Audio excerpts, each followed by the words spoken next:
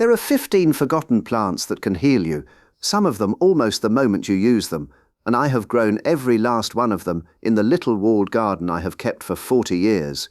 Let me tell you about a wet spring morning, years ago, when a young brother came to my infirmary door with a fever and a pounding head, and I did not reach for a bottle.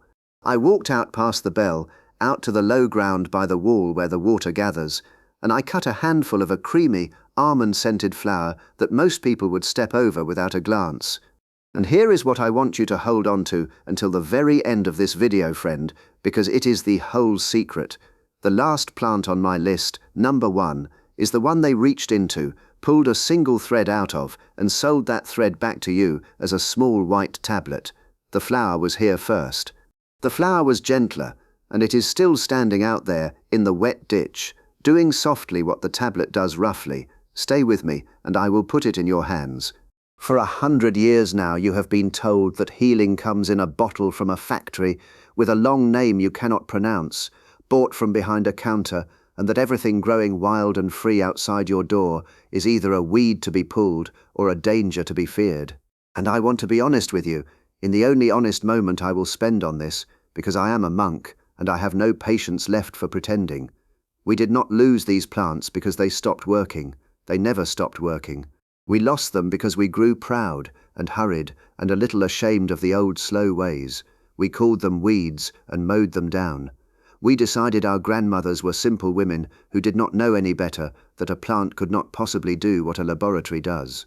But I have spent 40 years watching these very plants close a wound, quiet a cough, and cool a fever in a garden where the same herbs have been grown by monks for 800 years, tended by hands long turned to dust.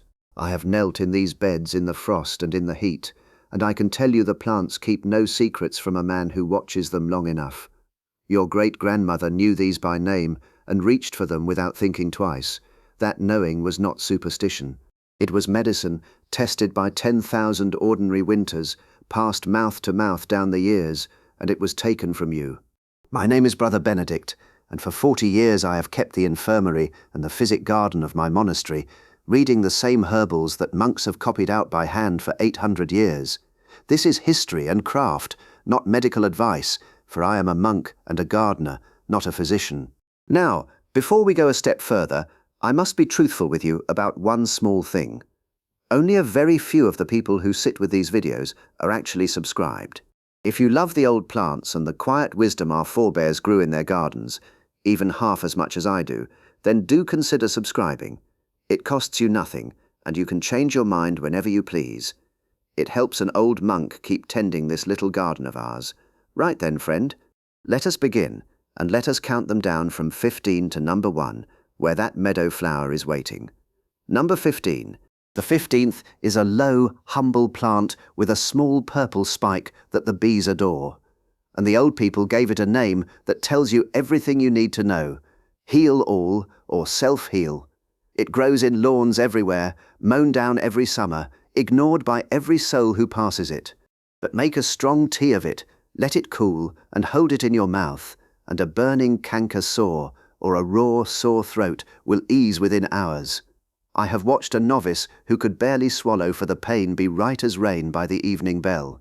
No company can grow rich selling you a weed pulled from your own grass, so nobody ever thought to tell you it was there.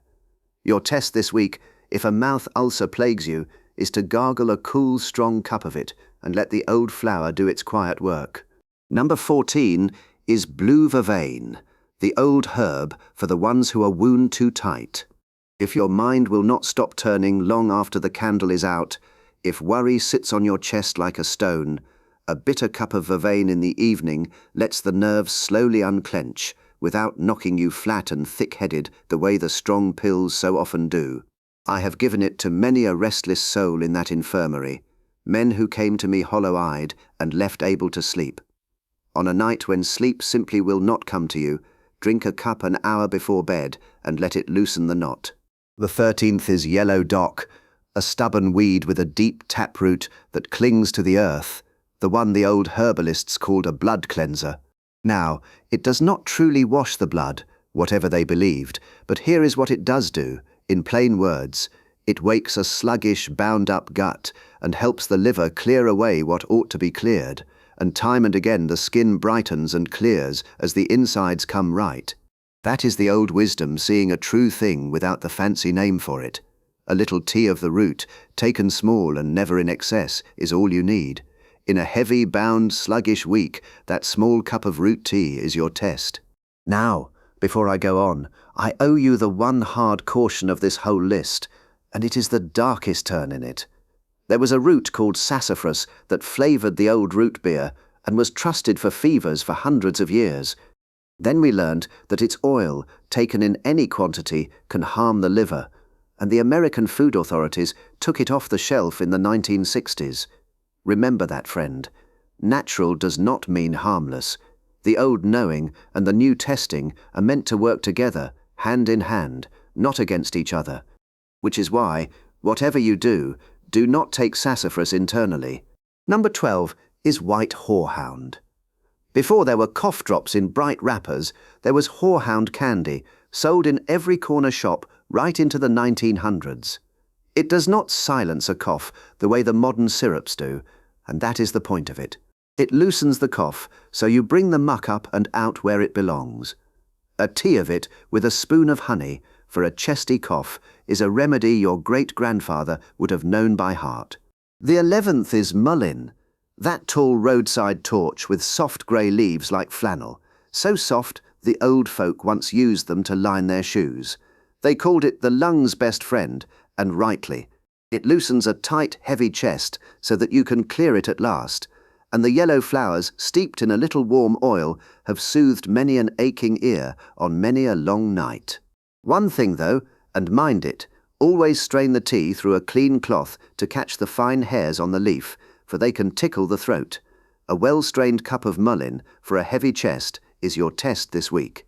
Number 10 is elecampane, a tall, cheerful yellow flower with a great thick root, and it is for the deep, stubborn cough that simply will not quit, the lingering weakness that hangs on for weeks after a chest illness has long passed and left you hollow. This is slow, patient medicine, friend, taken in small doses over time, not a thing to gulp and be done with. It does not merely fight the trouble on the surface, it rebuilds the very ground beneath it, so the strength comes back to stay. I have seen it bring a man back to himself when nothing quicker would. For a cough that has long outstayed its welcome, seek out the root of elecampane. The 9th is boneset, the great fever herb of the 1800s, kept dried in a jar in every farmhouse in the land for what they called break-bone fever, that deep aching flu that makes your very bones feel wrung out like a wet cloth. A bitter hot cup at the very first shiver, then straight to bed piled with blankets to sweat it out through the night. It is fiercely bitter, I will not lie to you. It puckers the whole mouth, but the bitterness was always the point of it. That is the medicine working. Keep a little dried away in a jar of your own, so that it is ready and waiting at the very first ache of a fever before it takes hold. Number 8 is plantain, and no, not the banana you slice into a pan, but the common trailside weed underfoot in every lawn and path you walk. The native people of America watched it spring up wherever the settlers trod, and named it white man's footprint, for it followed us everywhere we went. Chew a clean leaf into a green paste, press it on a bee sting, a cut, an angry insect bite, and the pain and swelling ease in minutes. It stems the small bleeding and keeps the wound clean while it does. And here is my proof for the doubters among you, the record of it, for I promised you one. A hospital trial in Iran took an ointment made from this very weed, this thing you trample without a thought, and tested it against the standard burn cream the doctors reach for, and the humble plantain healed the burns faster and better. A weed from the footpath, beating the pharmacy at its own trade. Learn its plain face this week, so that it is already under your feet the day you need it. The 7th is calendula, the pot marigold, and I call it the war flower. Medieval soldiers carried its bright orange blooms into battle to dress their wounds, for out on the field there was no surgeon and no clean cloth, only the flower crushed into the gash, and it kept the wound from turning bad long enough for a man to live. Real trials in our own day show it speeds the healing of cuts and burns, just as those soldiers swore it did. I make a salve of the petals steeped slowly in warm oil, a jar of deep gold, and in 40 years I have never let the infirmary shelf run empty of it. Set a jar of calendula salve by your stove for the next burn or scrape, and you will bless the day you did. Number 6 is comfrey, and the old name for it says it all, knitbone. For 800 years it has been laid upon sprains, breaks, and torn muscle, for it carries something that seems to tell the flesh to grow and mend faster than it has any right to. Modern trials confirm it eases back pain and ankle sprains. But hear me closely, because this is the second half of my caution. Comfrey is for the outside of you only. Taken within, it can harm the liver. Laid on the skin, it is safe and swift. So whatever you do, do not take comfrey internally, no more than sassafras. On a wrenched ankle, a comfrey salve is your friend. The 5th is yarrow, the soldier's wound herb, carried into battle and packed straight into open wounds since the days of ancient Greece. The old warriors believed a hero himself first taught them its use. What makes it rare and precious is that it does 2 things where nearly every other plant does only one. It stops the bleeding and it heals the wound it has just staunched. A tea of the same plant will also meet a fever and help the body break it. If you cut yourself out in the garden, as I have done more times than I can count, a crushed fresh yarrow leaf pressed hard to the cut is the oldest and finest first aid there is. Number 4 is Oregon grape, a spiny evergreen with a bright yellow bark hidden beneath its skin. This is one of the few of my plants with solid modern proof behind it for the stubborn, scaly skin troubles, the flaking and the itching that shrug off everything the chemist sells.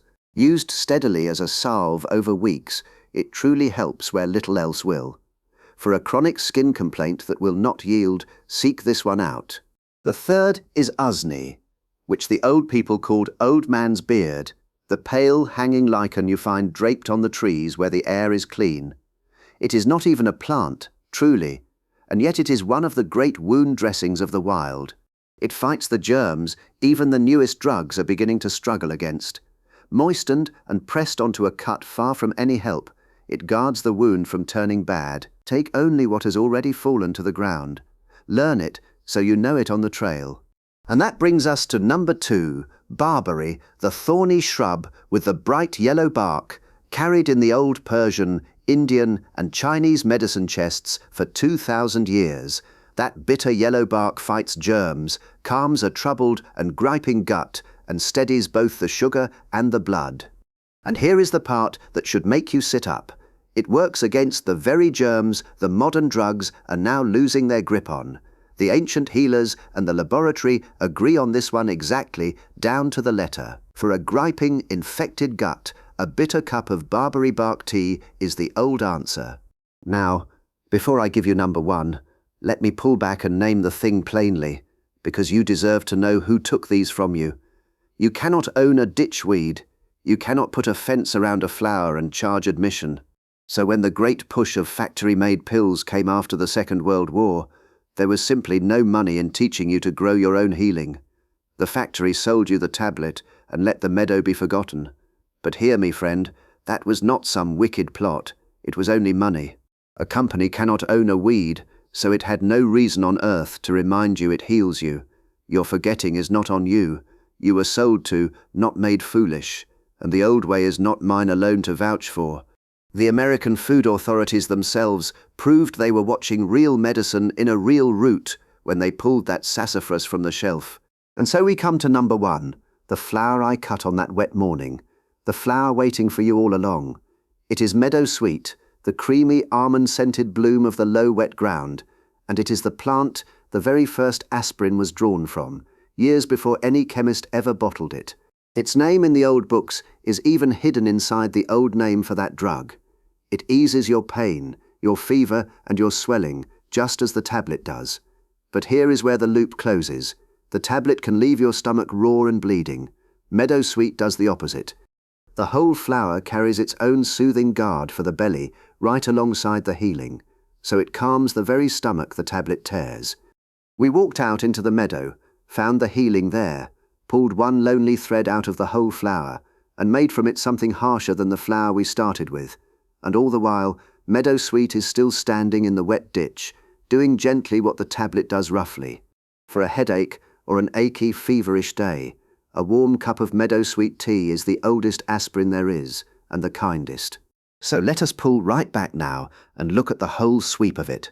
15 plants, and not one of them behind a counter. They grow in your lawn, along your path, by your wet ditch, in the hedge you walk past without a look. Everything I have shown you today, your great-grandmother could have taught you before you could read, and somewhere along the way we decided we were too clever for it. But this is not really about a cough, or a canker sore, or a bad knee. It is about the kind of person you are. It is about whether, if the shelves were bare and the counter shut, you would stand there helpless, or walk out your own door and find your medicine growing in the grass. That is not a small thing, friend. That is the difference between a person who can be shut off and a person who cannot. The monks who taught me knew it. They kept these gardens through plague and war and famine, precisely because the person who can heal his own household answers to no shortage and no locked door. You are not learning about weeds today. You are taking back something that was carried, hand to hand, mother to daughter, monk to novice, for 1,000 years, and only lately set down and mislaid. Grow one of these, just one, to begin. Put it in a pot by your step, where you will see it every morning, learn its face and its name and its use, and you have made yourself that much harder to frighten, that much harder to leave helpless. That is where all of it starts, friend, with a single plant on a windowsill. Now do 2 things for me down in the comments, and I read every one I can. Tell me the first plant on this list you already knew by name, from a grandmother or an old neighbour, and tell me which single one you mean to grow first. The patterns in your answers never cease to move me. Thank you for spending this quiet time with me, walking the beds of this old garden. Go in peace, and look after yourselves. And do subscribe before you go, because next time I am going to open the locked cupboard at the back of the infirmary and show you the 3 plants the old monks would only ever grow behind a wall, under lock and key, because a pinch too much of any of them could kill a grown man as surely as it could heal him. I will see you there.